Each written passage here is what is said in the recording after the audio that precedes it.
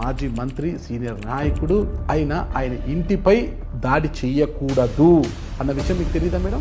దాడి చేస్తే కదండి, దాడి చేయకూడదు అంటే దాడి చేయలేదు. ఆ కార్లు బద్దలు కొట్టడం ఏంది, ఇంట్లో ఫర్నిచర్ ధ్వంసం చేయడం ఏంది? మీరు నేను స్వయంగా బద్దలు కొట్టడం చూసారా? మరి మిమ్మల్ని ఏమని ఎందుకు పెట్టారు?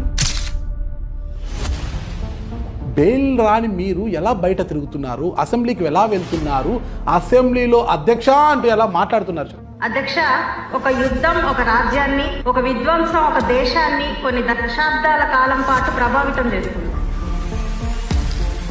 కానీ ఆ వీధిలో కాపురం ఉంటారు కదా మేడం, వేల మంది అక్కడికి వెళ్ళి ఒక విధ్వంసం సృష్టిస్తుంటే మీకు ఓట్లేసిన పాపానికి మీకైనా కావచ్చు, వాళ్ళకైనా కావచ్చు, వైసీపీకైనా కావచ్చు, బిక్కుమంటూ వాళ్ళ ఇంట్లో ఉండాలి మేడం.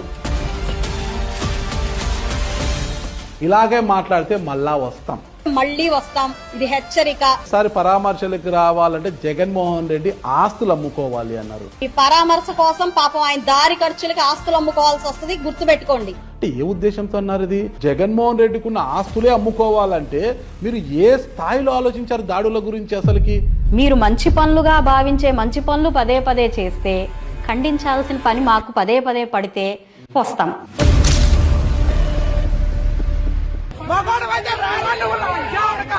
ఇది తప్పు. అంబటి రాంబాబు ఇంటికి పైన దాడి చేయడానికి తప్పు, నిప్పు పెట్టడం తప్పు అని ప్రశ్నించినందుకు ఆ పార్టీ ఆమెని గప్చుప్ అనింది.